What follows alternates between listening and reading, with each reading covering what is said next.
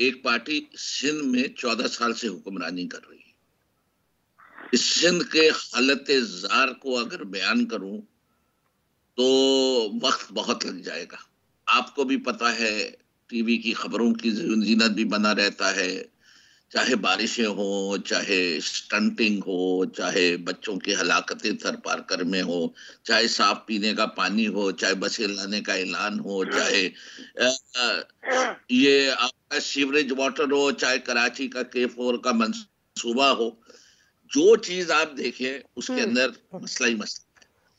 ऐसे मसले पैदा करने वाले, 14 साल से हुकूमत करने वाले पाकिस्तान को बचाने निकले, तो हमने कहा कि ये जरूरी है कि इनको एक्सपोज किया जाए, कि जो इधर कुछ नहीं दे सके एक सूबे में, जिन्होंने इस क़यादत ने जो इस वक्त पीपल्स पार्टी की है, जो कि जुल्फ़िकार अली भुट्टो का हर दफा बेनजीर को वो शहीद कह के वोट लेती है।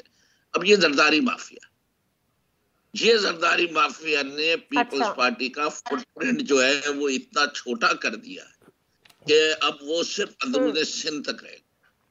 इनको एक्सपोज करना लाजिम और मलजूम था हमारे लिए। और वो भी एक बच्चा जिसने आज तक ना 1 रुपया कमाया, ना एक धेले का काम किया, जिसने हराम की कमाई हुई दौलत से पला और उसी हराम की दौलत के ऊपर नाज कर रहा है और इस्तेमाल कर रहा है। इसे अगर नहीं होती तो वाजिद शमसुल हसन से ये डॉक्यूमेंट्स वापस गायब ना करवाते। अच्छा, सेरेमनी को वापस मैं इसका जरा जवाब दे दूं फिर साहब, फिर आपके पास वापस आती हूं। Sir I get back to you, sir I get back to you, sir I get back to you. दी है रिश्वतों की, और जो सजाएं स्विस कोर्ट ने कोटेक्ना को दी है, और यहाँ पाकिस्तान में किसी को रिश्वत लेने पे कोई सजा नहीं, उसकी तो जिम्मेदारी लेंगे। या नाअहल है या करप्ट है। सर वापस आती हूँ, सर वापस आती हूँ। मुर्तज़ा वहाब साहब, अब मसला ये है कि ये बात हमेशा, ये एक बैगेज है जो पीपल्स पार्टी के साथ जुड़ा हुआ है, अटैच्ड है, कि जी आपने सिंध के हालात नहीं बदले और आप चाहते हैं कि वफाक के हालात बच जाए। कल भी बात ये हो रही थी कि कोई एक सिटी वो बताए जिसको रेप्लिकेट किया जा सके पाकिस्तान के अगले शहरों में, गवर्नेंस वाइज, डेवलपमेंट वाइज। मैं एक नहीं कई सारी आपको शहर की मिसाल दे दूंगा। फिरदौस नकवी साहब ने सबसे पहले जो एक बड़ी बेबुनियाद गलत बात की हराम खाने के हवाले से, मैं समझता हूँ उनको इस तरह की बात से इज्तनाब करना चाहिए। अगर हम संजीदा गुफ्तगू करना चाहते हैं तो इल्जाम तराशी की सियासत ने कभी पाकिस्तान की खिदमत नहीं की है। मैं चाहूँ तो मैं उनके लीडर के ऊपर इल्जामात लगा सकता हूँ इस तरह के हराम चीजों के बारे में, लेकिन मेरी सियासी तरबियत मुझे इस बात की इजाजत नहीं देती कि मैं उस तरफ बात करूं। ऐसी ऐसी चीजें हैं जो कि सोशल मीडिया की जीनत भी बनी हुई है, मीडिया की जीनत भी बनी है।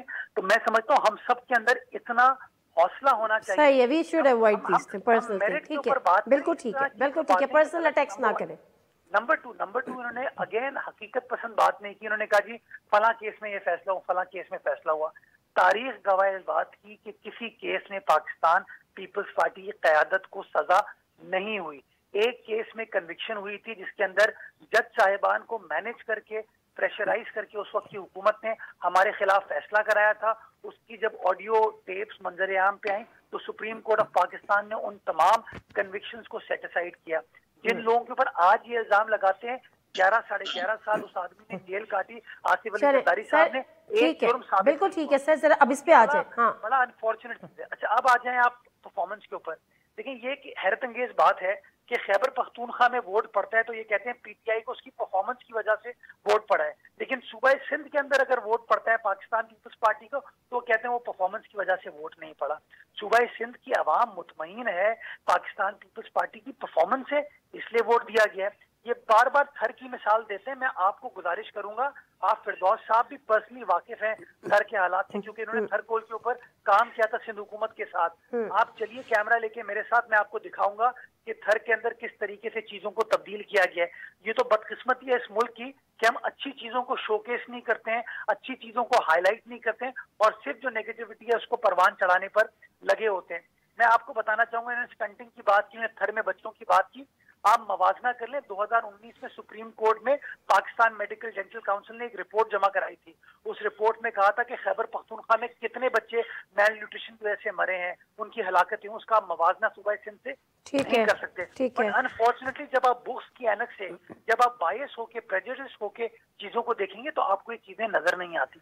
मैं समझता हूँ आज भी बिलावल साहब निकले हैं तो आपको नजर आ गया कि चाहे कराची हो, चाहे मलीर का जिला हो, उसके बाद आप चाहे खट्टा, सजावल और बदीन में, जहां जहां बिलावल साहब का काफिला पहुंचा है, अवाम के ठाटे मारते हुए समंदर ने उनका इस्तकबाल किया। इसके बाद कल की आपने वीडियो फुटेजेस देख ली थी जब शाह महमूद कुरैशी साहब या अली जैदी साहब या और पीटीआई की जो आला क़यादत है वो घोटकी और शक्कर में थी, वहां क्या सिचुएशन थी। तो मैं समझता हूँ ये चीज बड़ी क्लियर हो गई है लोगों के सामने। सेकेंडली, ये जो पीटीआई के दोस्त इस वक्त मार्च अपनी कर रहे हैं, इनसे पूछे जो पाकिस्तान को महंगाई इस वक्त दरपेश है उसकी जिम्मेदारी किसके ऊपर जाती है? अगर सूबा सिंध की आवाम को गैस नहीं मिल रही, सूबा सिंध के किसानों को, हारियों को फर्टिलाइजर, यूरिया, डीएपी नहीं मिल रही, अगर हमें हमारा हक नहीं मिल रहा तो उसकी जिम्मेदारी किसके ऊपर है? अगर इमरान खान ने 1 करोड़ नौकरियों का वादा किया था, 50 लाख घर देने का वादा किया था, अगर वो वादे उनने पूरे नहीं किए तो ये लॉन्ग मार्च उसके खिलाफ कर रहे हैं।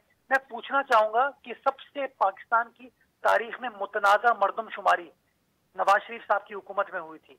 नवाज इतनी मुतनाज़ा थी कि नवाज शरीफ साहब की अपनी हुकूमत, शाहिद खाकान अब्बासी साहब की हुकूमत के अंदर उसको मंजूर नहीं करा पाई।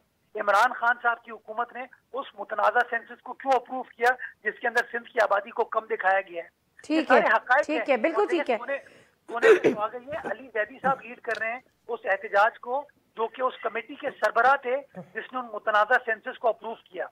ये मैं सारे आपको हकाइक पर मबनी बात कर रहा हूँ। अगर आप चाहेंगे मैं कागजात दे दूंगा कि अली जैदी साहब ने उन मुतनाज़ा सेंसस को अप्रूव करने की सिफारिश काबीना के सामने पेश की। ठीक है, मुझे सर एक ब्रेक लेना है। ये नजर आ रहा है सर, मुझे एक ब्रेक लेना है, मैं ब्रेक से वापस आती हूँ। रैली व मुकाबला रैली, दोनों रैलीज के अहदाफ अलग है। यहाँ पे मुर्तज़ा आपकी बात इस तरह से इस हद तक इसलिए भी ठीक है कि जो असल इस वक्त चैलेंजेस हैं वो आपकी अनएम्प्लॉयमेंट है, वो आपकी महंगाई है, वो आपकी इकॉनमी है, और ये सारे वो सब्जेक्ट्स हैं जिनको फेडरल को एड्रेस करना है, प्रोविंशियल गवर्नमेंट को नहीं करना।